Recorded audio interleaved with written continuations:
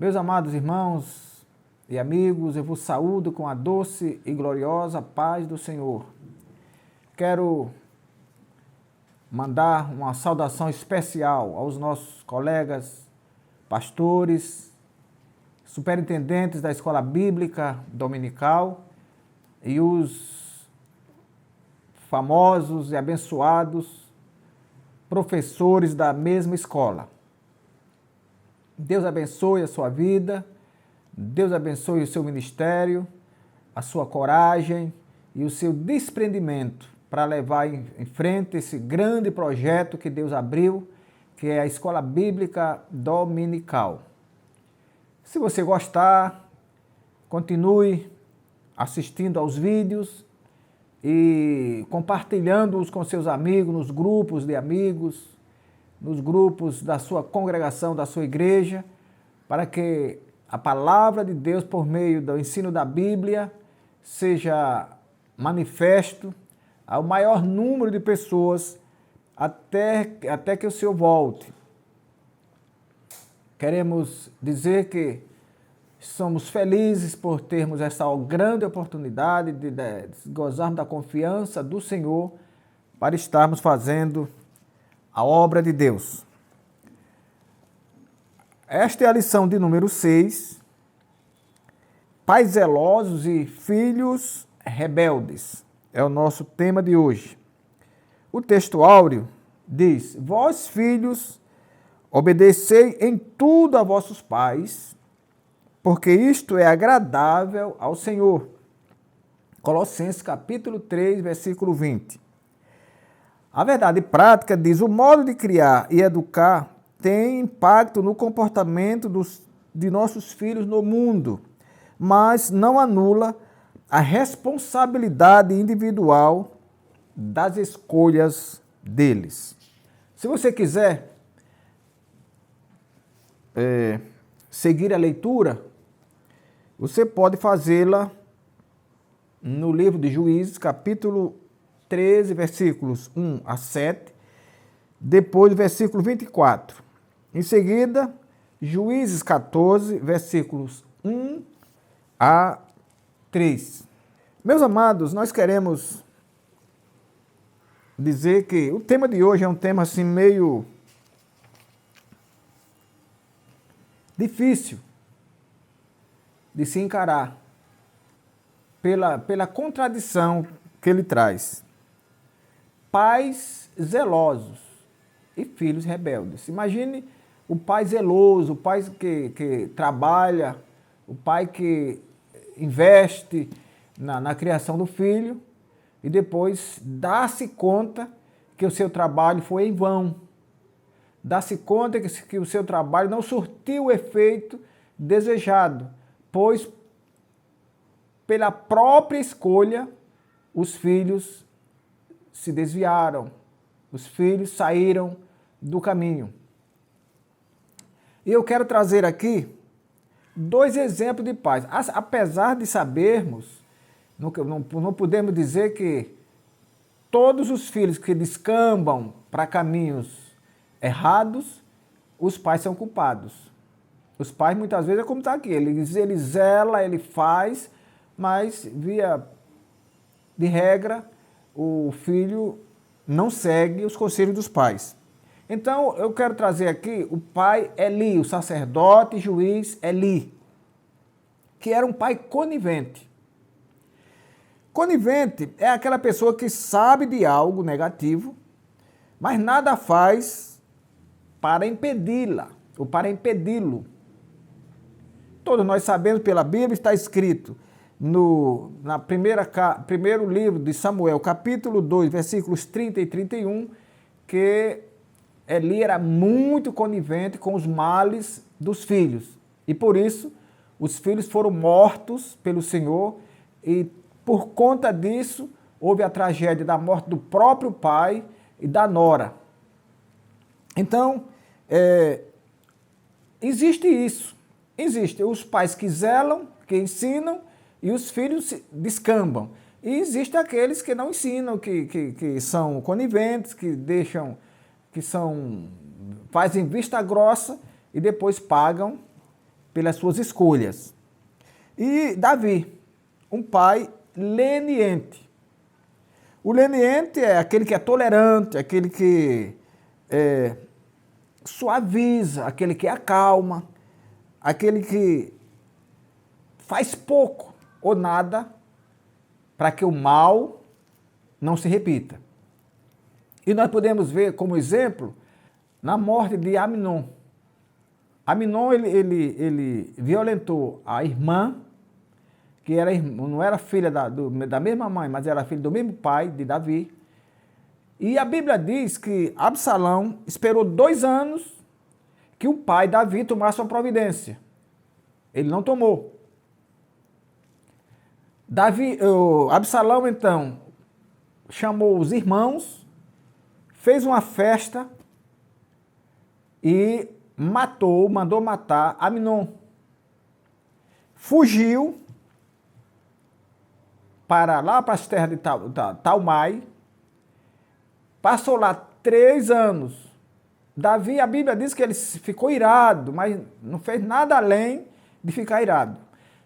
2 anos esperando, 3 anos lá em Talmai, e Davi nada fez. Depois, Absalão formou lá um conselho com Joabe e falaram com Davi. Davi permitiu que ele viesse a Jerusalém, mas passou mais 2 anos sem vê-lo.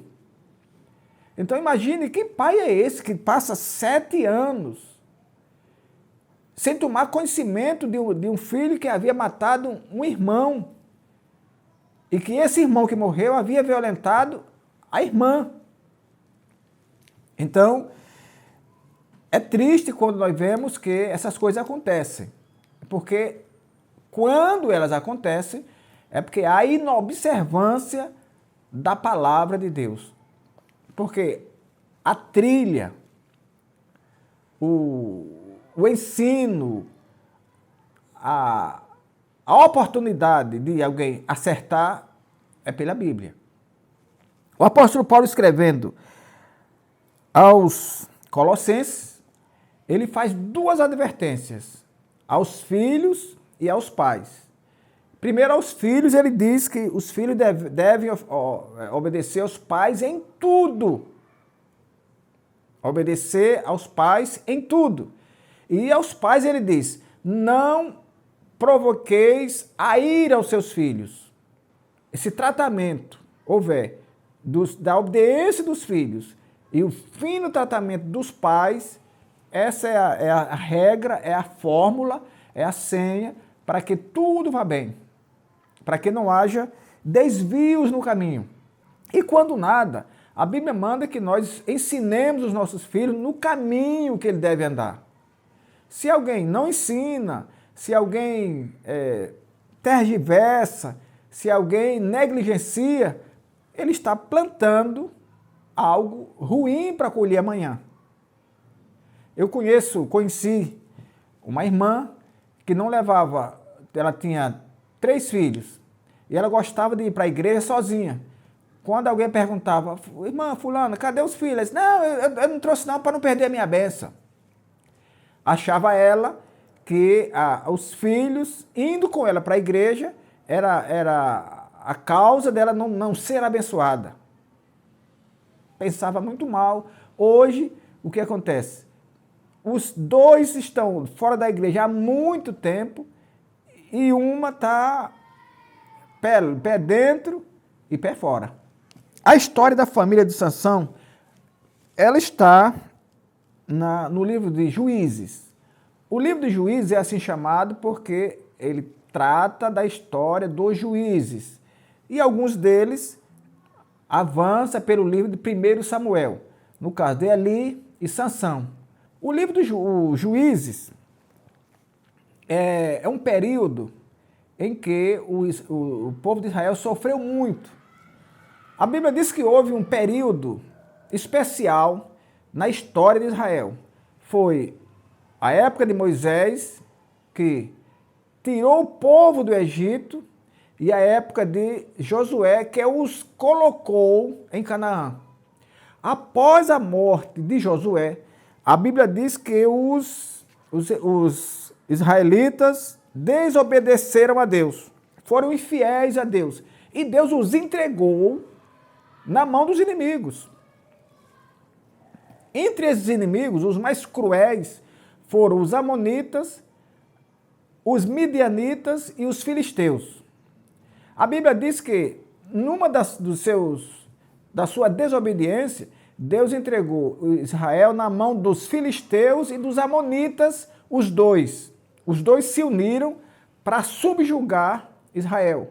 E nesse período, eles passaram sofrendo 18 anos. Deus levantou então o juiz Jefté, que os libertou. Mas a Bíblia diz que eles tornaram a desobedecer a Deus. E Deus os entregou na mão dos filisteus, agora só dos filisteus, por 40 anos. Isso depois da morte de Josué. Então, era um povo obstinado, um povo pagão, um povo desobediente, mas Deus ainda era com eles, com esse povo. Cada povo que se levantava contra os israelitas, que eles clamavam a Deus, Deus levantava um juiz, e esse juiz os libertava. E Sansão foi um deles. Glória a Deus.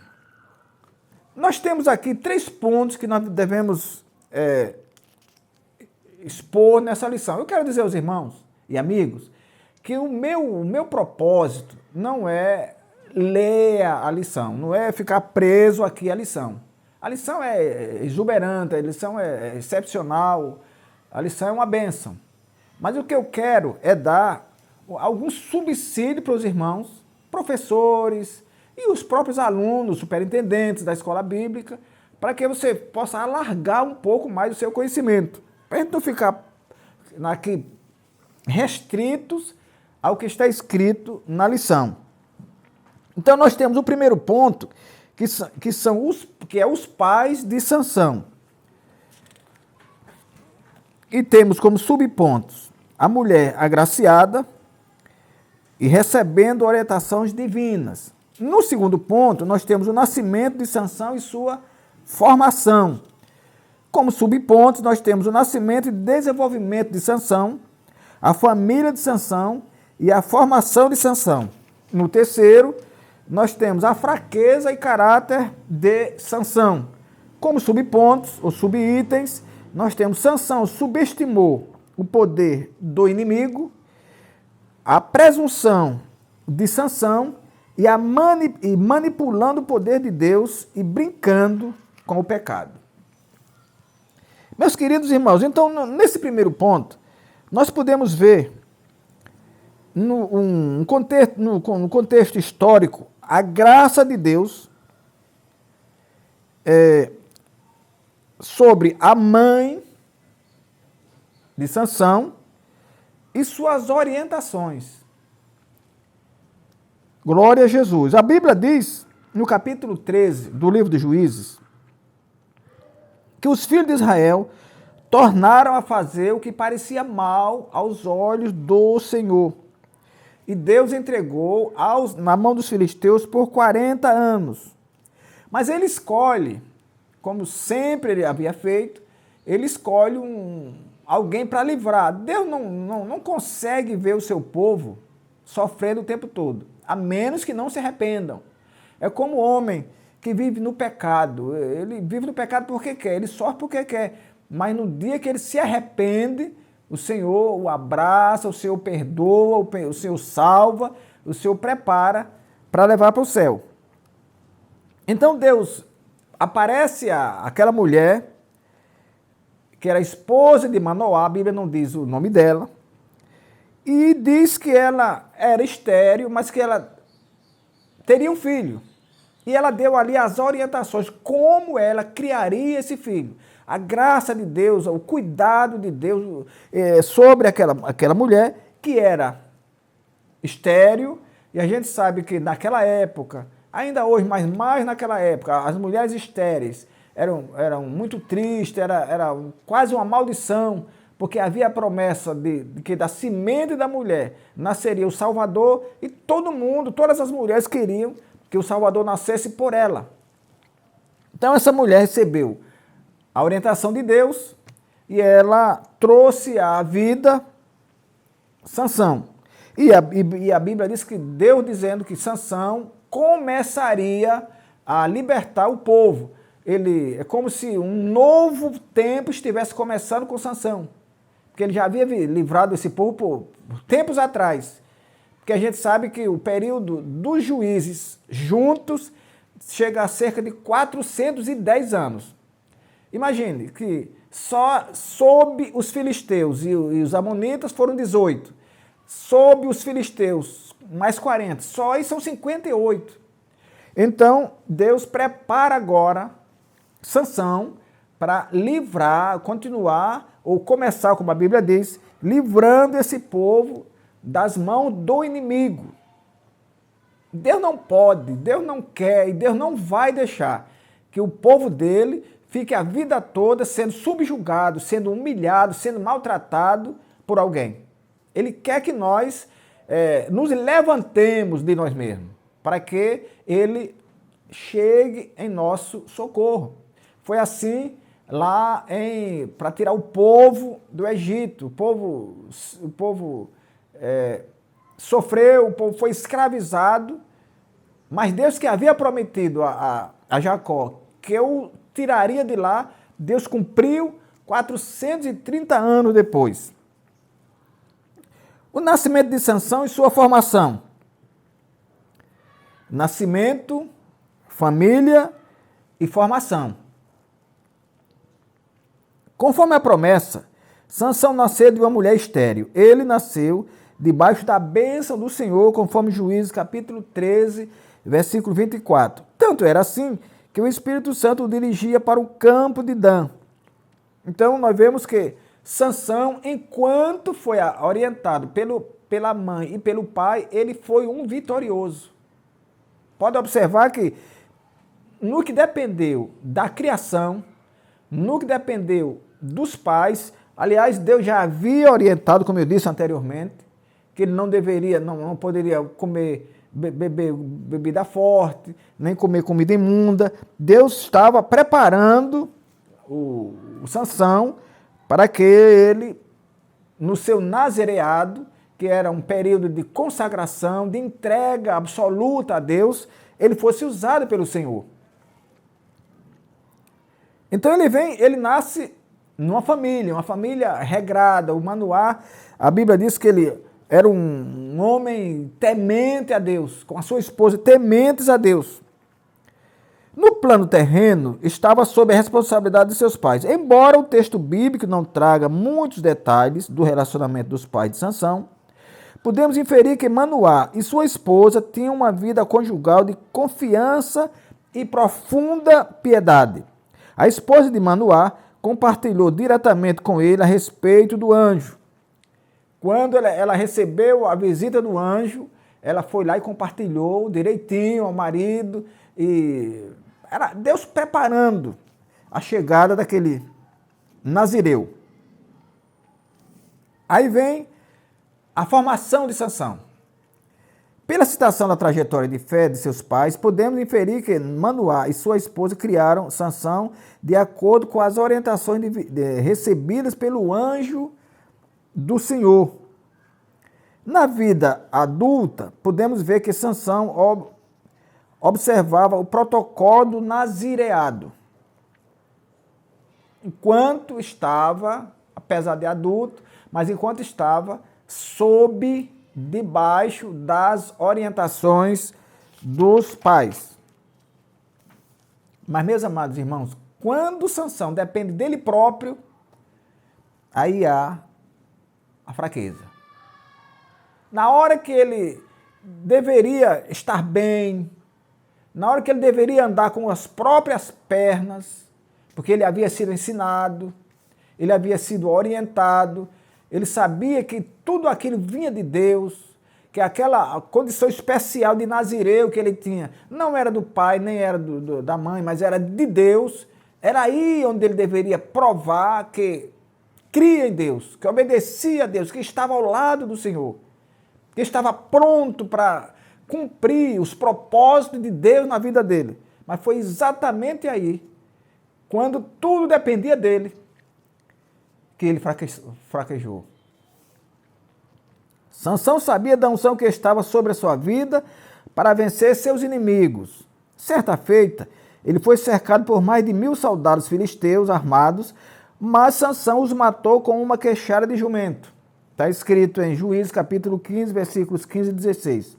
Entre muitas proezas, ele encontrou um leão nas vinhas de Tina, o qual rasgou como quem rasga um cabrito, porque o Espírito do Senhor veio sobre ele. Mas ele brincou com tudo isso. A Bíblia diz que ele encontrou uma mulher de um povo que não era um povo das tribos de Israel, era um povo estranho, e ele encontrou uma mulher e pediu ao pai para buscar aquela mulher para ele. Os pais, o pai e a mãe o advertiram, mas não tem gente, não tem mulher entre nós. Para você tomar mulher de povos diferentes, eles, não, traga que isso agradou aos meus olhos. Ele já começa a pender para o abismo, já começa a fazer o que não agradava a Deus. Então, de forma que ele começa a desagradar a Deus e nem sente que Deus está triste com ele. Ele nem sente que Deus está se separando, está se desviando, está se distanciando dele sem ele nem pensar. Nós podemos ler aqui em Juízes capítulo 19 e versículo 14. Vamos ler Juízes 19, 14. Aliás, 14 e 19. Juízes 14 e 19. Então o Espírito do Senhor tão possantemente se apossou dele, que desceu aos amalequitas e matou deles 30 homens, e tomou as suas vestes e deu a muda de veste aos que declararam o enigma. Porém, acendeu-se a sua ira e subiu à casa de Deus. Ele toma aqui uma atitude, aliás, o Espírito de Deus toma por ele e toma uma atitude que ele não tomaria se Deus não estivesse com ele. Juízes, capítulo 14, versículo 19. Em Juízes, capítulo 15, versículos 14 e 15, nós vamos ver que o Espírito de Deus ainda está com ele. Diz assim, e vindo ele de Leí, os filisteus lhe saíram ao encontro, jubilando. Porém, o Espírito do Senhor possantemente se apossou dele, e as cordas que ele tinha nos braços se tornaram como fios de linho que estão queimados, e as suas amarraduras se desfizeram das suas mãos. E achou uma queixada fresca de um jumento, e estendeu a sua mão, e tomou-a, e feriu com ela 1000 homens. Deus ainda estava na vida de Sansão, apesar de ele ter escolhido uma mulher que não era do agrado de Deus. Em Juízes 16, 9, nós podemos ler, Juízes 16, 9, e os espias estavam assentados com ele numa câmara. Então ela disse, os filisteus vêm sobre ti, Sansão. Então quebrou as vergas de vime, como se quebra o fio da estopa ao cheiro do fogo. Assim, não se soube em que conquistava, ou em que consistia a força de Sansão. Mas já no capítulo 16, versículo 18 a 21, Deus já havia se afastado de Sansão e ele não sabia. 16, 18 a 21. Vendo, pois, Dalila, que já lhe descobriu todo o seu coração, enviou e chamou os príncipes dos filisteus, dizendo, subi esta vez, porque agora me descobriu ele todo o seu coração. E os príncipes dos filisteus subiram a ela e trouxeram o dinheiro na sua mão. Então ela o fez dormir sobre seus joelhos e chamou a um homem e rapou-lhe as 7 tranças do cabelo da sua cabeça. E começou a afligi-lo e retirou-se dele a sua força. E disse ele, E disse ela, os filisteus vêm sobre ti, Sansão. E despertou do seu sono e disse, sairei ainda esta vez como dantes e me livrarei. Porque ele não sabia que já o Senhor se tinha retirado dele. Meus amados irmãos, então, com tanta brincadeira, com tanta falta de zelo pelas coisas de Deus, ele se afasta. Deus tem um projeto com todos os homens. Ele morreu por todos os homens. E esse projeto, ele não abre mão. Desde quando esse homem não abra mão da obediência a ele. O nazereado de Sansão era algo de Deus. Mas Deus não é obrigado a suportar o pecado de ninguém. A desobediência de ninguém. Você pode ter um projeto que for. Você pode ter feito descer fogo ontem. Se hoje você fracassa, Deus não tem mais compromisso com quem fracassou. Ele pode ser o homem mais poderoso da terra. Se ele fracassar, ele tem que se levantar de novo. Ele tem que, como diz lá em Efésio, na igreja de Éfeso, levantar de onde caiu e praticar as primeiras obras e se arrepender. Então, Sansão, Deus não tinha um projeto definitivo na vida de Sansão desde quando ele não fosse obediente a ele. Então, o Sansão foi presunçoso, porque pensava que aquilo que Deus havia dado a ele era para sempre, que ele podia fazer o que bem entendesse e Deus estaria com ele. Sansão não percebeu que tinha um terrível inimigo, o seu próprio ego. Este o levou a subestimar a presença de Deus em sua vida. Sua força vinha de Deus, mas ele agia como se viesse dele próprio.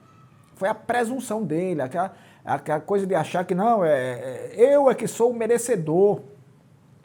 Deus me deu porque eu mereço, então Deus não vai tirar de mim, Deus tem uma obra em mim, Deus tem algo para que eu faça, Deus me disse que eu começaria a livrar os israelitas dos inimigos. Deus disse, sim. Deus disse e não volta atrás. Desde quando eu e você continuemos na mesma pegada, na mesma caminhada, obedecendo a Ele, sabendo que dele somos e que dele dependemos. Isso havia saído da vida de Sansão. E além dele ser presunçoso, ele manipulou o poder de Deus. Eu já li aqui Juízes 16, 16 a 18, a Bíblia descreve como Sansão tratava as coisas espirituais. Ele entrou num terreno perigoso, brincando com as coisas santas. Ele obteve uma ideia falsa do poder de Deus. Iludido, pensava que poderia viver de qualquer maneira, pois estava certo de que o poder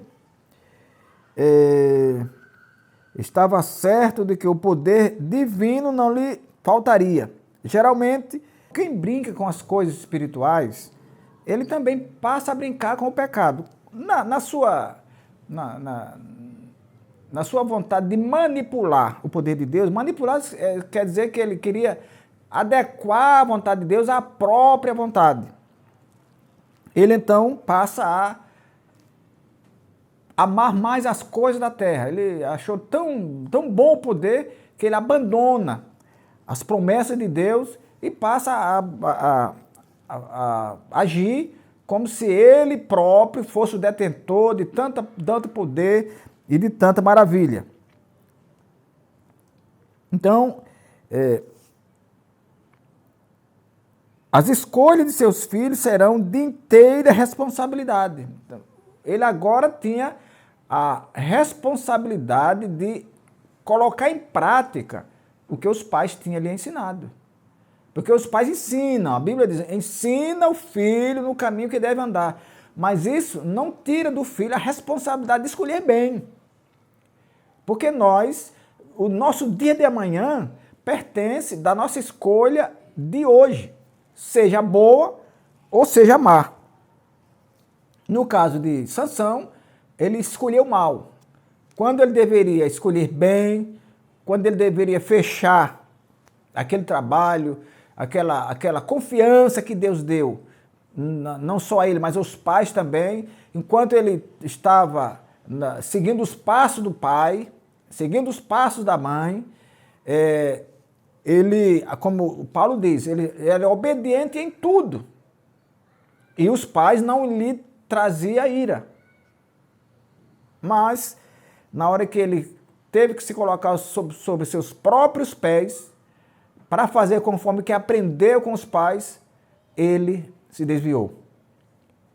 Então, nós devemos ser muito cuidadosos com a nossa vida, com aquilo que nós queremos de Deus. Nós sabemos, a Bíblia diz que Jesus, ao nascer, ele nasceu para todos nós. E nós temos uma escolha. Olha, se ele nasceu por mim, eu tenho que escolhê-lo para que ele seja o meu Salvador. Ele é o Salvador que nasceu por todos. Mas isso não é automático, não. Eu tenho que escolhê-lo, eu tenho que invocá-lo, eu tenho que buscá-lo para a minha vida. Para que os propósitos de Deus em trazer o Salvador sirvam para mim, pela minha escolha. É o que não aconteceu com Sansão. Ele teve o nazireado, era um período de contemplação de Deus na vida dele, um período de consagração, de separação, mas ele deixou tudo para lá. Desobedeceu ao pai, desobedeceu à mãe, desobedeceu a Deus e desrespeitou o povo. De forma que a história nos deixa esse lado triste de ver os pais investir tanto e depois ser decepcionados. Mas eu quero dizer a você que tem sido um baluarte na criação dos seus filhos, no cuidado, no ensino dos seus filhos, continue fazendo assim. Deus tem algo glorioso na vida deles. Se eles hoje, eles aprenderam na igreja e não mais estão nela, por escolha deles, o nosso trabalho é continuar orando para que Deus os traga novamente, e aí só Ele pode fazer isso. Nós não podemos fazer nada além disso, de orarmos para que o Senhor os traga novamente à sua casa, para que a alegria do Senhor volte a eles e possamos dizer, como disse o salmista Davi, não retires de mim o teu Espírito Santo. Faça tudo, mas não retire de mim o teu Espírito Santo. Que o Senhor nosso Deus nos abençoe e nos guarde até o nosso próximo encontro. Inclinai os vossos ouvidos e vinde a mim. Ouvi e a vossa alma viverá.